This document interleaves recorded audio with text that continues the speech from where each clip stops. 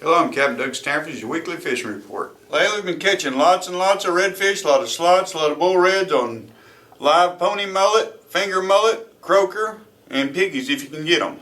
All up and down these jetties. There's wing dams down through here. We've been catching them, some out on the points, but mostly on the wing dams.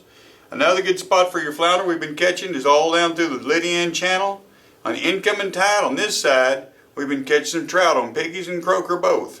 Shrimp and a popping cork works some, but piggies, if you can find them, are your best bet. In Brown Root Flats, we've been catching some black drum back here, right here past this V. Just use live shrimp, free line them, or you can use Berkeley Gulp. Works really well and it doesn't seem to matter just as long as it's Berkeley Gulp. Another good spot we've been catching some trout is wade fishers out in front of Dagger Island. There's a few redfish if you set up in here, but mainly we've been catching trout on piggies and croaker. Catching some reds on the potholes back here in the back side of Dagger. Redfish Bay, if you'll drift through here, we've been catching them on artificials, a gold spoon, or a good paddle tail.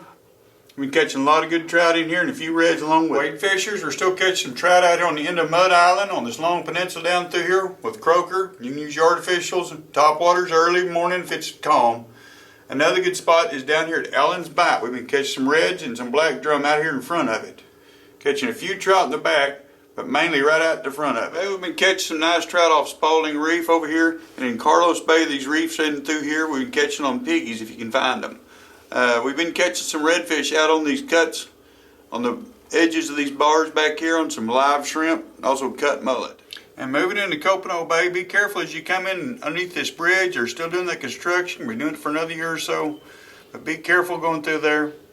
We've been catching some nice trout out here on Lap Reef using live piggy perch or free line shrimp, or you can put it under a popping cork.